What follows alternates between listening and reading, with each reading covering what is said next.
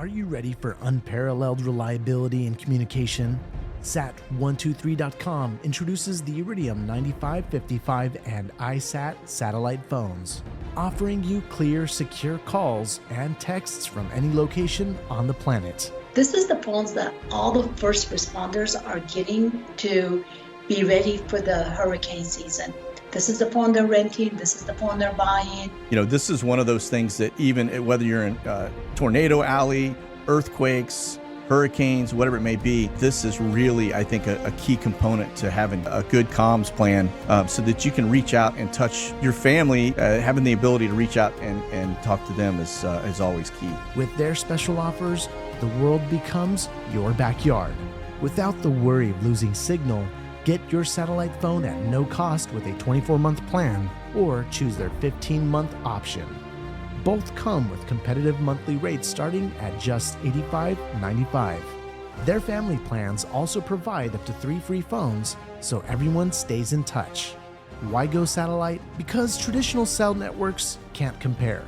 They are vulnerable to outages like the recent AT&T disruption that affected thousands. Or natural disasters where satellite phones have proven to be critical in emergency responses. With Sat123.com, you're not just getting a phone, you're getting a promise of security, privacy, and reliability. Your conversations are encrypted, your data is protected, and your connection is consistent. Be prepared for anything with a phone that gives you global coverage. Visit sat123.com/monkeyworks or call 855-980-5830 to ensure you're never disconnected. Sat123.com/monkeyworks, connecting you to the world one call at a time. All right. Hey, welcome, folks. Milspec Opsmic here. It's going to be your SITREP. It's 5/16/2024, and we're coming to you live here from the great state of Texas in the Monkey Lounge.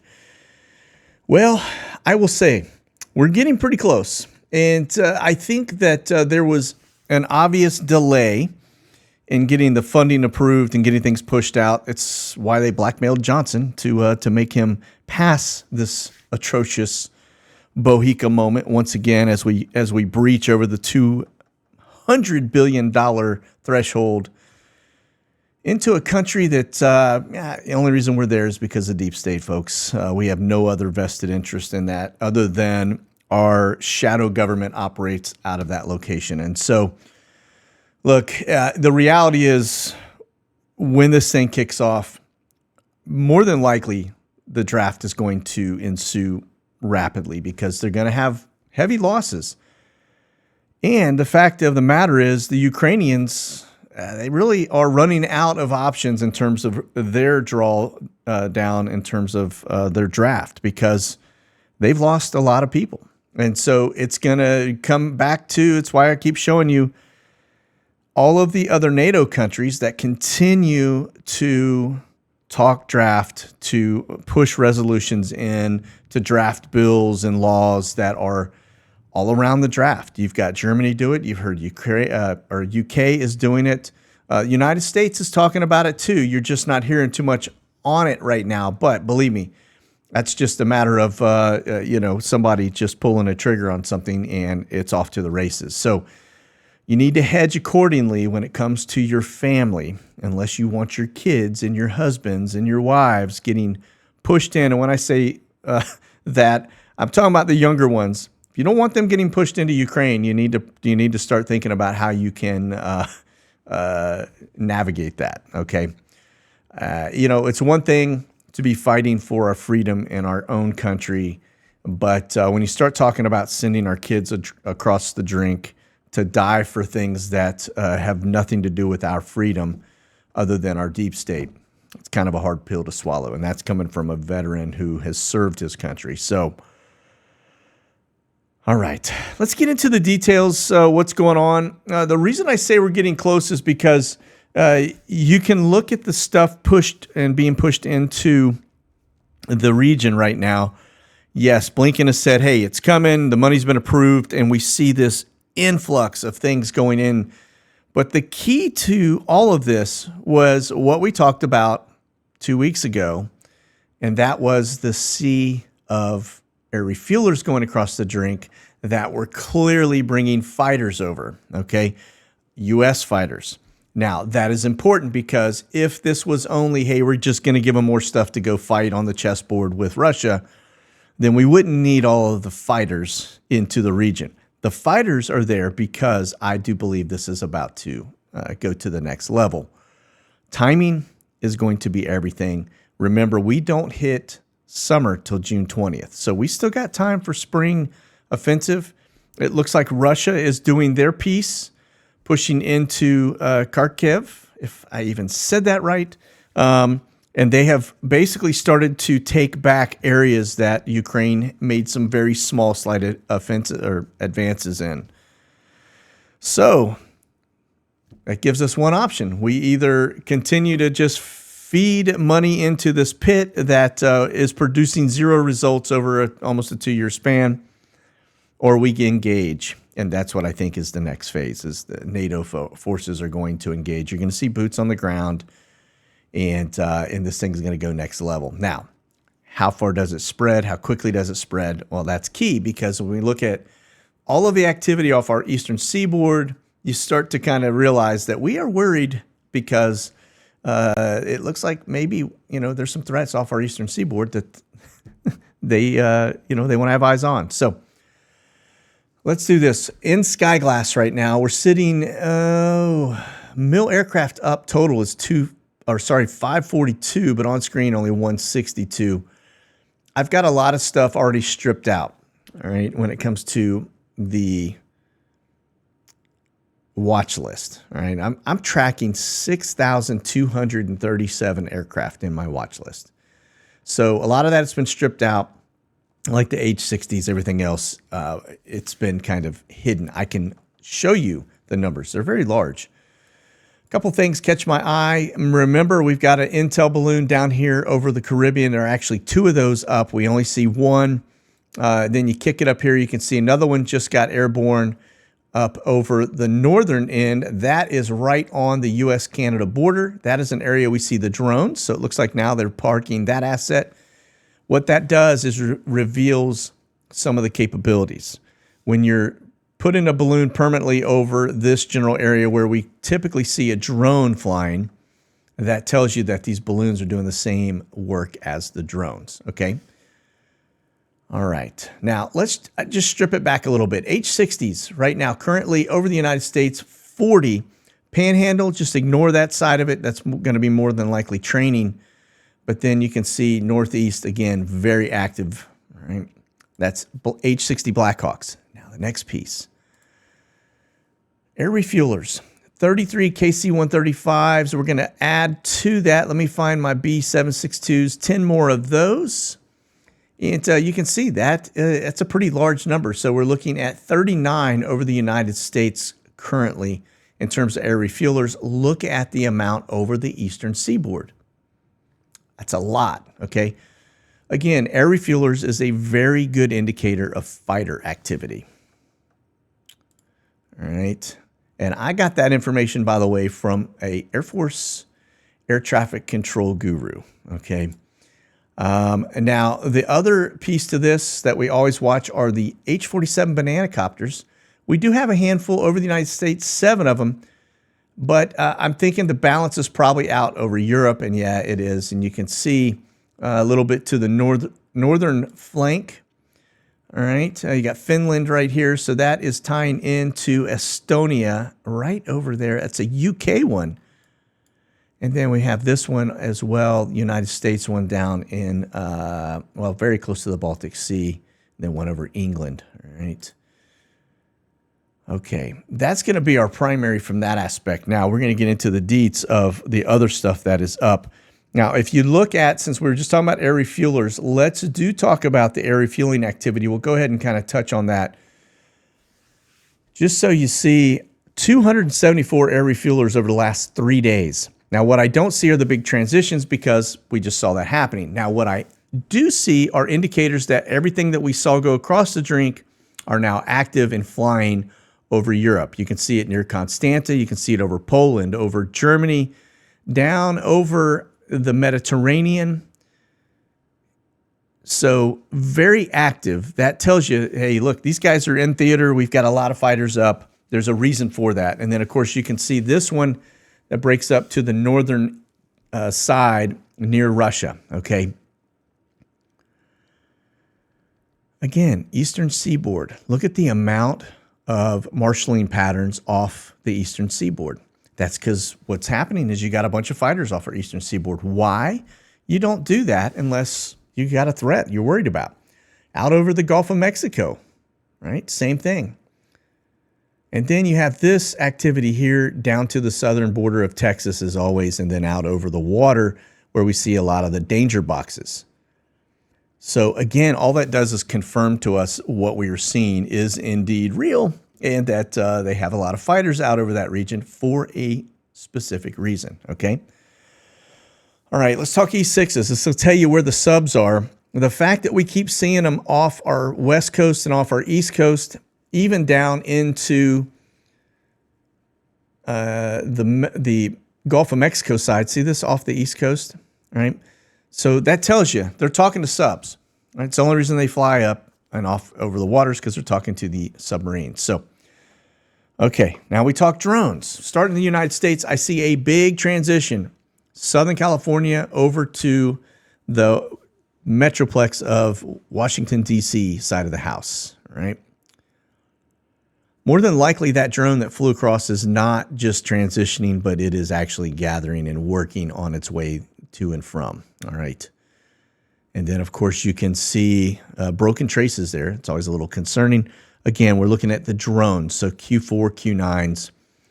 Low-altitude drones, some of those are not the Q4, Q9s, but the other countries who have some smaller drone platforms. Out over the Black Sea, and then, of course, we're all up in Israel's business as we withhold everything that we promised them, but yet we are very, very curious on what's going on there. I think we're worried about another wave of Hezbollah attacks from the north. We see some low-altitude stuff there, too. And then, of course, look at what's going on here over near Japan. This is on the inside over the China Sea. That is interesting. It's just a data point for you, but when you start to see them shifting from the Pacific side over to the Chinese side, that tells you they're obviously worried about something out either in the water or on that shoreline. Now, here's the thing. Remember, we've been tracking. I said, man, we're not seeing a lot of flights going into Asia. We haven't seen. I thought maybe we just had a contingency force there until I did some further research and realized we have 350,000 troops in the Asian Pacific area. That's just the United States. Then on top of that, you have Australia. You have all your other partner nations that are over there, Japan, etc. It's a pretty large number, and it's a pretty big deterrent. That's probably why China has not done anything with Taiwan as of yet. Now, I do believe if China is going to make a move, they're going to do it before there is a potential for Trump getting into office. I said potential because, like I said, when it comes to the deep state, their playbook, you can look at their history, everything from the plans of terrorist attacks inside the United States under Operation Northwoods, in which they were going to justify attacking Cuba, to just a multitude of other things, overthrowing governments, etc., around the world. And they are highly capable of doing anything. You can go back to the last pandemic, and oh yes, that was probably them as well. All right. So that was actually probably the global elitists tied to that because they wouldn't just do it here. It was obviously around the entire world. So buckle up for that one because I do believe that's on the horizon. And we're hearing all the chatter and indicators that we're about to go back into the next mode. And if you know what I'm saying, yeah, I will not comply. So, all right, let's look. We've looked at the drones. Let's look at the intel community. And just a strange one to the northern side of the United States up near the Canadian border. That's the one that really catches my eye. The other things look to be somewhat of a normal activity and tempo. And then this, you can just see, just obviously Russia's been moving assets in and out of Kaliningrad because we're looking very, very, very, very closely at that activity. And then see this right here, that side looking, Notice too, you're down in Romania, Bulgaria, that area, but you're also looking, that side look over Serbia and Kosovo, because that is a big concern for us. Because if we have some unrest there, then that's a big impact. We have troops in those areas. And that kind of breaks up the whole NATO area as well, right? In terms of force protection. And then, of course, over Israel, as you expect to see that. We're not losing sight of Israel. We will continue to monitor it, and then down into Malaysia. Okay, let's talk R135s. This gets interesting because you can see looking clearly down at the Texas border, obviously worried about something. See this one that jumps down and looks over kind of the Caribbean, right? Well, that is not the only aircraft that we've had. We're going to look at the AWACS in a minute. They're doing the same thing. Now, I want you to make an imaginary box over that area. That's what they're watching, something in that region. That's why you have the R135s doing that. The Alaska deployment, we know they're up there. That's okay. And then again, looking very closely at Kaliningrad. Look at remember, side looking. And if you just kind of paint that imaginary box, when they start to triangulate or square them in, it's because they're looking closely at what's down there, and that's why you see those different angles as they, track whatever's moving. Probably nukes, if I had to guess, submarines, etc. And then that high altitude, they're probably looking all the way into Russia or on that very front line as things get moved into play. And of course, up in Israel's knickers as well. That could be looking at the region all the way over to Kuwait, etc. They have a great amount of distance that they can cover. Now, remember, I just showed you drones that were over in the China Sea. Now, look at this. That's a launch out of Okinawa looking at China. Again, R135s.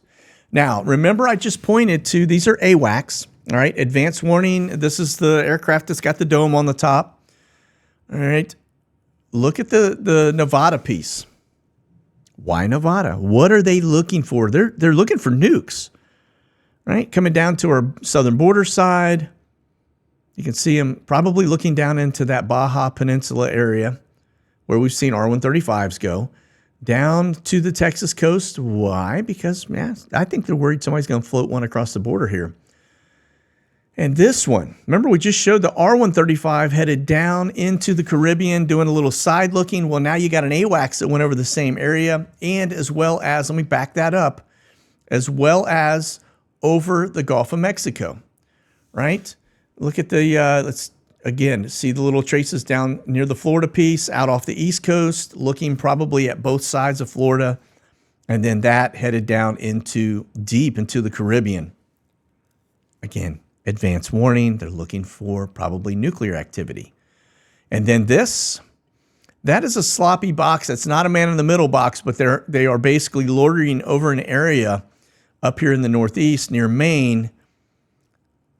Again, I think there is a huge threat off the East Coast they were worried about. Probably submarines, ships, cargo vessels that could launch Club Ks. It's a big threat. You got a lot of traffic off our eastern seaboard. Then that little, again, kind of spin, man in the middle over Northern Europe and then over France. We get out here, I see a blip coming out of Okinawa. So we know the AWACS are over there, but that's it. And then look at this down. This is a normal location for us out over Australia. That's going to be the E7 737 platform. It's got that surfboard on the very top. But again, looking off the coast of that Australian eastern flank. So, okay, C-17s. You notice stuff going in and out of Hawaii. And you see a little bit of a bunch up there in Hawaii that looks to be broken traces. But here we go again. I think we have humanitarian aid going in and out of Haiti, coming out of Charleston, South Carolina. I don't think they're transporting people back to the United States because it is Charleston. That is a supply hub. USVI, and then down into the northern tip, kind of near Caracas, I guess, in that general area. I see some fuel stops, and then I see some transitions headed over to Europe. very hot and heavy going into Ramstein, as always, okay? But it doesn't stop there. If you dig into the European piece and get closer, look at where they are loading up the assets. This is why I think this is not just about, I'm going to hit pause for a second. You can see they're going into Hungary, they're going into Romania. That is a big indicator. When you start to see us fanning out and pushing heavy assets into those regions, that tells you NATO is very likely about to engage. The reason I say that is because they're pushing in all their assets across that entire flank and not just into RZE Poland, which we know it goes into RZE. If it goes into Ukraine from RZE, it's taking a train and going in. But when you start to see them loading up other areas within Europe, that tells you that this is, expanding beyond just the Ukraine aspect, okay? All right, continue on with that. You'll see a lot of traffic into the Middle East, Kuwait, and into Bahrain. I see a lot of stuff over India. I'm not too concerned about that. Japan, little activity, and then down into Australia, into the Philippines. Okay, now this right here, I want you to look at this. This is the camber flights. I grabbed a screen.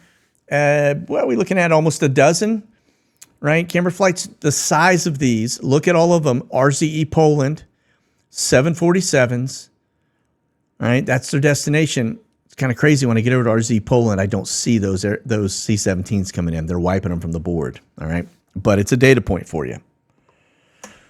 That's an indicator. Again, when you start to see all of the 747s in, that's the stuff that Blinken has been, hey, it's coming. He's right, it is. It's showing up, RZE. That stuff is going straight into Ukraine. The area that they're lacking are the Patriot missiles. That's what they've been requesting. But Russia is starting to take key areas and make advances in a lot of those key areas, largely due to the fact that we failed to engage. Not that I care that we failed to engage, all on purpose. Russia could have probably, the minute they started running out of stuff, gone all in. They're holding back for a reason, and I think it's because they already know what NATO is up to, and they're not going to go deploy and get all their guys killed before some type of a NATO offensive into the region. They're holding back because that's what they're waiting for. They know it's coming. Okay, so we've looked across all of the different flight tracker stuff. Let's get into some of the news cycle. We're going to start out over here on this side because I talked about this just in the last SITREP. I just wanted to retouch on it because I didn't have the exact percentage. But if you look at African Americans in the United States, they are at 14.4% of the U.S. population. Well, they're part of us, but you're just breaking it up, okay? Now, these guys are not part of us. They're at 15.6. That means the foreigners, illegals coming into our country have now surpassed the African American population percentage of 14.4%. That's a big deal, guys and girls, folks. Okay, moving on. All right, don't see too much going on here.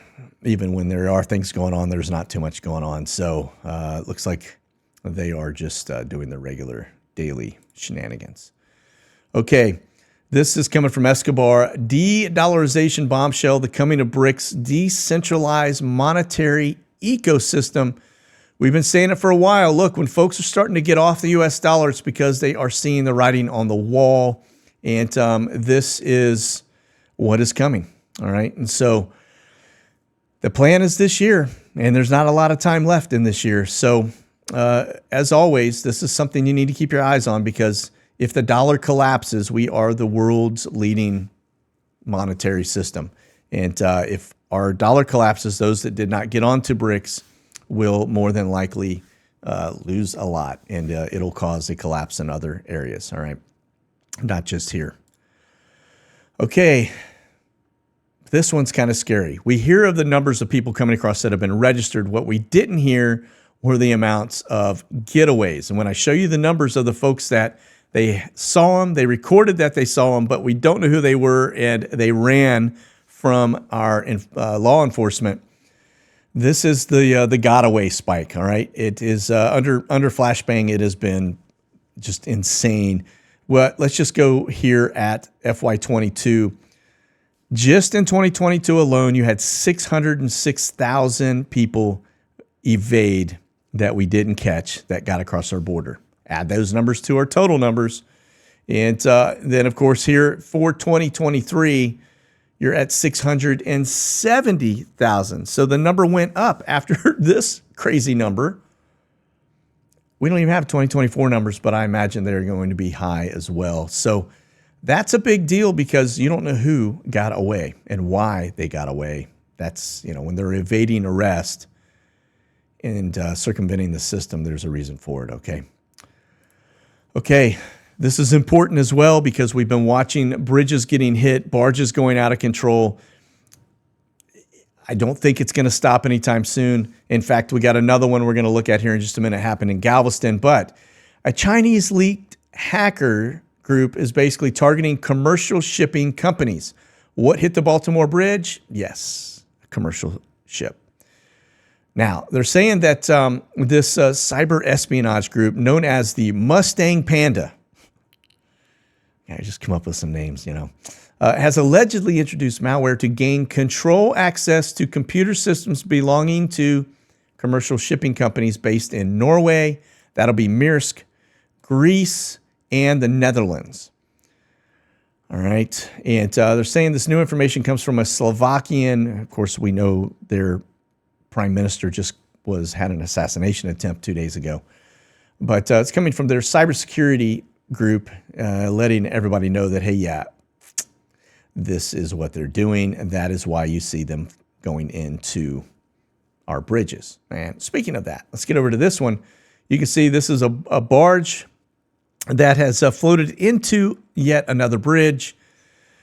That actually happened. They're talking about pollutants now entering the water and a bunch of other stuff, but it hit a bridge in Galveston, Texas, and it is the island's Pelican Island Bridge on the Gulf Intercoastal Waterway, and now it's closed. But yeah, there you have it. It is just, once again, little key areas. It doesn't take much to kind of take us offline. That's your data point, all right? Okay, we talk about the air refuelers and the AWACS headed out to this area. That's a danger area. And then, of course, the East Coast. And you can see in some cases they are 4 deep out off the East Coast. This is why you got all the fighters in. These are danger boxes. Why and the rationale behind it, I have no idea.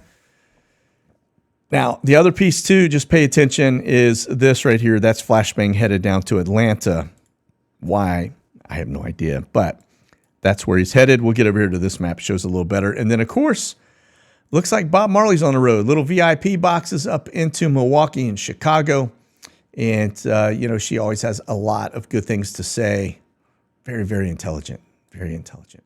So, in fact, I think she dropped the F-bomb the other day and then later apologized. So she's getting very passionate. All right. But nonetheless, here's where we are United States-wise. The orange ones are up and coming. These are kind of ongoing. The reds are active boxes. And anything from military exercises to danger boxes, right? All right, I'm going to back it up and see if I got anything catches my eye, and I do not. Just looking north and south. All right, let's move on. Okay, this is going to be Dover. Big key. Look at all the camber flights headed to RZE Poland, 747s. That is probably going to be everything from ATACMs to tanks to everything we can throw into the theater. We are hot and heavy, probably troops in there as well. These are more than likely deadhead flights coming in to pick up this stuff and head out. All right, very, very active, and it has been. We expect that because the funding just got approved and all of this stuff is getting pushed in the theater. That just means that the spring offensive doesn't start at the beginning of spring, probably kicks in towards the tail end of spring. June seems to be a big date and number or an area that everybody seems to be focusing on right now. So what is to that, I don't know, but that's a date we're hearing also. Okay, again, spring goes until the 20th of June, all right? Okay, now this is going to be RMS. That is Ramstein. You just notice the camber flights arriving. This one's from Kuwait. This one's from near Cairo. All right, these are camber flights. Very likely these rolling in are bringing in some of the migrants. If I had to guess, could be troops, but migrants for sure. And then this one, Terceira, that's headed outbound. That's a fuel stop more than likely. And then we've got base commanders coming in. This one from Wiesbaden. Moving on, the Brits, again, just looking at what's on the board. That's RZE Poland, forward operating base. So there you go. The Brits are pushing stuff in as well. Then we get over here to the other camber flight. You saw how it collapsed. If we go back over to this, again, this is what it was just an hour ago. This is what it is now. So they are already cycling and transitioning. You can see what's coming on the board. All of these camber flights inbound, positive forward operating base, 2 RZEs, big ones, 747s. But when you see the 67300 and the 777, that's going to be more than likely troops. Yes. All right. And these are flights that have come out of this general region. Again, this is RZE Poland. You can see the arrivals, 747s coming in. Not seeing too much of it except for the en route, the scheduled side. Look at the 747s. 1, 2, 3. That's Western Global coming out of Toronto. That is probably, if I had to guess, that's probably troops, honestly, coming from Canada. Oh, Canada. And then they depart. You can see they're headed into, this is interesting, headed to Sofia, which is Bulgaria airport. All right. Camber flights. That's not, it's a dream team. That's probably a recruit or a charter, but that's MMF. That's going to be NATO. So very active at RZE. Okay, U.S. tells Ukraine aid is on the way. We can see that. So we were matching up what we're seeing in terms of flights to what is being said by Stinkin' Blinken. And again, they are complaining. Zelensky is complaining because they don't have enough Patriot systems in his area. And Blinken announces, in addition to what we've been seeing push in, $2 billion in hard cash, $2 billion of your tax money being handed off to them so they can go buy stuff from other NATO countries. Okay, now I think this may, more than likely, this is an exercise that this is loaded on. That's a speculation. The question is, did an EA-18G Growler knock down an Mi-24 Hind, which is the Russian helicopter? That is a kill. Usually when you put them on the side of an airplane, that indicates there is, you've taken down something, one of the equipment items from your enemy. But they do say, too, this could very well be, this is what the helicopter looks like, because you can see there's an image on the side of the F-18. But this is, we'll see. We'll see if it's real. You can see some of the other things here where they've actually knocked down some stuff. That is on the side. So training, maybe. I'm leaning towards the training on the helicopter because if we shot down a Russian helicopter, there would have probably been a lot of news on it. All right, Omni, again, serving many masters. You can see him rolling into the U.S., headed to Biggs Army Airfield. And then, of course, we got him coming in from Japan, Yokota Air Base. And National Cargo, all the 747s that are up. I see a lot of stuff going into the Middle East. I also see some things that look to be headed into India and then over here into Japan. All right, and more goodness from old Stinkin' Blinken.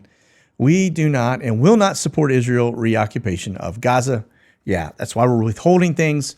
We want to control the narrative in Israel and try to control Israel's destiny because we want a two-state solution. And if they don't comply, then we're just going to keep basically, dragging our feet. All right. So eyes on that. We'll come back to Israel as things advance. It looks like the Rafah piece is going. There is some activity to the north in Israel, but right now I think the bigger threat, at least from the United States war platform standpoint, is more than likely going to be the Ukraine. So, all right, listen, that's going to do it for our SITREP today. Hope you guys have a fantastic rest of your day and a weekend. We'll see you next week. For those in the chat, stand by. We're going to do our live Q&A here in just a couple minutes. That's it. You guys be safe. God bless. Monkey out. Thanks for watching. Head over to the online store to check out the latest gear and products by scanning the QR code on screen now, or go to monkeywerxus.com.